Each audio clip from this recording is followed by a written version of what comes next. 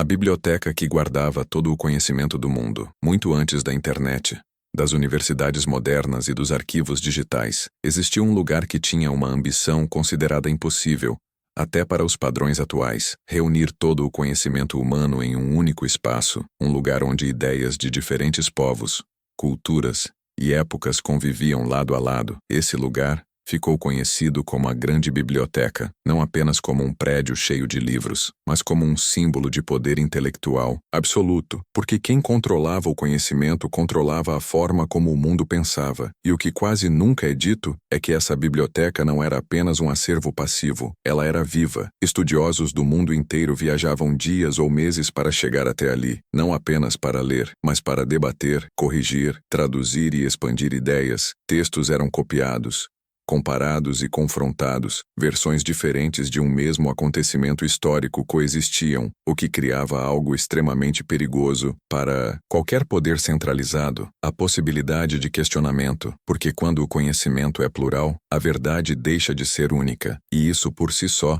já torna a existência dessa biblioteca algo profundamente revolucionário para qualquer época. O que poucos imaginam é a diversidade absurda de conteúdos que supostamente eram guardados ali, não apenas textos religiosos ou filosóficos, mas tratados avançados de matemática, astronomia, medicina, engenharia, geografia e até relatos de civilizações que hoje só conhecemos por fragmentos ou nem sequer conhecemos. Havia mapas descrevendo terras que oficialmente só seriam descobertas séculos depois, estudos anatômicos muito à frente do seu tempo, observações precisas do céu feitas sem telescópios modernos. Tudo isso indica que o nível de conhecimento concentrado naquele lugar quebrava completamente a narrativa linear do progresso humano, porque se esses textos realmente existiram, isso significa que a humanidade já esteve em um patamar intelectual muito mais avançado do que normalmente aceitamos, e talvez o que chamamos de evolução seja,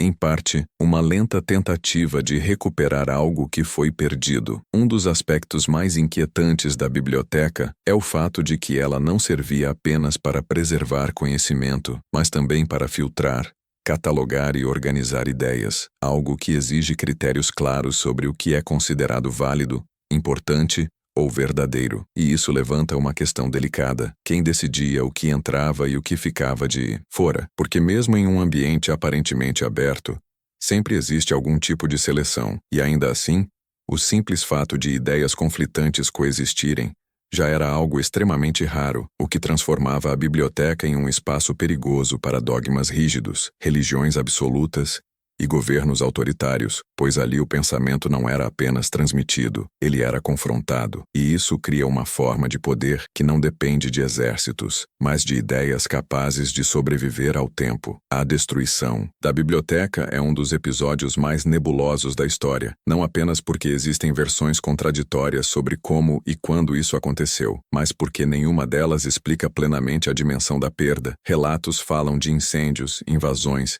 decisões políticas e negligência gradual. Porém, o que chama a atenção é que a destruição não parece ter sido um evento isolado, mas um processo, como se o desaparecimento do conhecimento tivesse ocorrido aos poucos. Em camadas, livros sumiram, traduções deixaram de existir, cópias não foram refeitas, e aos poucos o silêncio tomou o lugar do debate, o que sugere que talvez a maior tragédia não tenha sido o fogo, mas a escolha consciente de não preservar, porque apagar o conhecimento não exige apenas destruição física, basta interromper sua transmissão. O impacto desse desaparecimento é sentido até hoje. Muitas perguntas que ainda tentamos responder talvez já tivessem respostas há milhares de anos. Teorias que consideramos modernas podem ser apenas redescobertas, e lacunas históricas enormes podem ser resultado direto desse apagamento. O mais perturbador é pensar que nossa visão atual da história pode estar incompleta não por falta de evidências, mas por excesso de perdas, porque quando uma biblioteca desse nível desaparece, ela não leva apenas livros,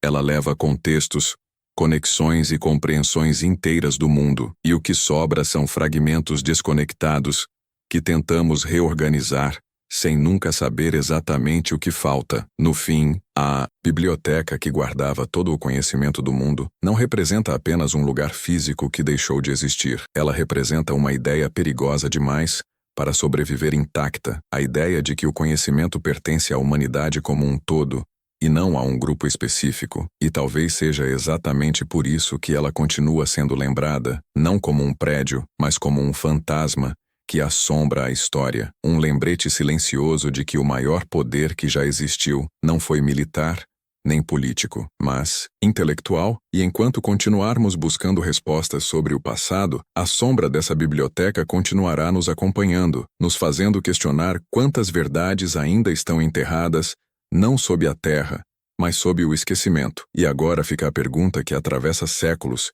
e quase ninguém se atreve a encarar. Se todo esse conhecimento realmente existiu e foi perdido, o quanto do mundo de hoje é construído sobre lacunas que jamais percebemos? Talvez a biblioteca não tenha desaparecido apenas no passado, talvez ela continue desaparecendo sempre que o pensamento crítico é deixado de lado. Então, se esse tema te fez olhar para a história de outra forma, deixa o like para ajudar esse conteúdo a chegar a mais pessoas. Se inscreve no canal para continuar explorando mistérios que quase nunca são contados dessa maneira. E escreve nos comentários qual conhecimento você acha que a humanidade perdeu para sempre, porque às vezes a pergunta certa vale mais do que qualquer resposta pronta.